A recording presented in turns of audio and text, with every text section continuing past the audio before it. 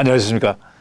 오늘은 제가 지난 30여 년간 사회사 활동을 하면서 한인들이 특히 노인분들께서 편하게 사용하실 수 있는 생활 전반에 대한 포괄적인 체크리스트와 그 내용을 정리해 두었는데, 이에 대한 내용을 오늘을 포함해서 3번에 걸쳐 설명을 드리고 마지막 날에는 그 리스트를 편하게 받아보실 수 있는 방법을 말씀드리고자 합니다. 한인 노인들의 특성은 타민족에 비하여 빈곤율이 높습니다. 이것은 두 가지로 분석이 되는데, 절대적 빈곤층과 저소득 증산층으로 스스로 빈곤층이 되는 경우입니다. 대다수를 차지하는 절대적 빈곤은 아이들 양육과 뒷바라지에 모든 것을 바치고 실제적으로 자신들의 노후를 준비하지 못한 경우이고, 후자는 비록 소수이지만 약간의 자산은 있지만 노후 생활이 불안해서 부동자산이나 유동자산을 미리 정리하고 정부의 혜택을 최대한 받아가며 살아가기 위한 자발적 빈곤층입니다. 여튼 절대적 빈곤이나 자발적 빈곤이나 모두 빈곤의 개념에 포함되고, 현실적으로 한인 노인들의 빈곤은 문제시되고 있는 것이 사실입니다. 그러나 빈곤하다고 해서 노후 생활에 해당되는 모든 분야들을 점검하지 않을 수는 없습니다. 노인들을 위한 서비스들이 매우 산만하고 서비스 분야마다 분리되는 경향이 있어서 전체적인 그림을 그리기에는 쉽지 않습니다. 그 이유 중에 하나는 각 서비스 분야들이 분야별로 접근되거나 상업적으로 접근되어 있기 때문에 그 이유가 됩니다. 또한 비영리 노인 기관들은 케이스 매니지먼트라는 개념을 도입하면서 전체적인 체크리스트를 제공하지만, 케이스를 노인들의 전체 삶에 조명하기보다는 서비스 칸출에게 제공하는 하나의 이슈라는 범주에서 정의하는 관계로 삶 전체에 대한 고려와 대책이 부족한 상태입니다.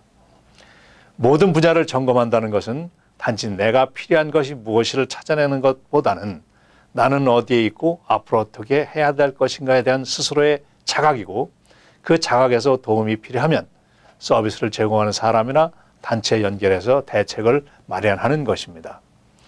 예를 들면 가정의는 환자의 전반적인 상태를 점검해서 필요한 대로 전문의에게 의뢰하듯이 개인에 대한 전반적인 점검이 필요하고 몇 가지의 분야로 의뢰할 수가 있는 것입니다. 즉, 각 개인의 역사, 건강상태, 정신건강상태, 재정상태, 주거상태, 교통수단, 유언과 유산, 기존 서비스를 이용할 수 있는 그 적응도, 사회적 참여, 장려 준비 등입니다.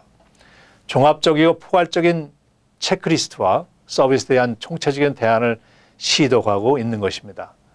강론으로 들어가서 첫째로 개인의 역사로 시작됩니다. 각 개인의 역사는 각 개인의 가족사, 굳이 전체적인 족보는 아니더라도 뿌리에 대한 기록, 이민의 배경, 한국과 미국의 가족 친척들 간의 관계, 나의 비밀을 이야기할 수 있는 사람은 누구이며 누가 나에게 가장 많은 도움을 주고 있는지 등을 생각해 보고 기록할 수 있기를 권합니다. 기록이 어렵다면 적어도 이러한 내용들을 꼭 검토해서 본인의 가족 관계를 분명히 해야 합니다. 둘째로 신체 건강과 정신 건강에 대한 점검입니다. 현재 내가 가지고 있는 보험이 메디케어, 메디케이드, 일반 상업보험, 파트 C, D, 파이다에 대한 인지, 장기 보호 보험에 대한 유무, 주치의와의 그 체크업 문제, 건강 기록, 어떠한 질병을 내가 가지고 있고 현재 복용하고 있는 약들과 그 약들에 대하여 주치의나 약사에게 상의해서 상호 부작용이 없는 그런 상담을 받고 있는지, 남들에게는 말 못하는 신체적인 질병을 가지고 있는지, 어떠한 운동을 하고 있는지, 육체적 건강의 전반에 대한 질문과 답변이 필요합니다. 정신건강에 있어서는 공연히 화가 나면 조절이 어려운 경우가 있는지, 갑자기 우울해지거나 무기력 증상을 느끼고 삶을 포기하는 그런 욕망을 느끼는지, 기억력 저하는 노령화의 일부지만 기존의 관계들이 스크린에 가려지고 전혀 다른 세상의 일로 인지되어오는 경우가 있는지, 환청이나 환각의 상태가 있는지 등을 점검하고 분명치 않으면 도움을 청할 수 있어야 합니다. 다음 이 시간에 이어서 말씀드리겠습니다. 안녕히 계십시오.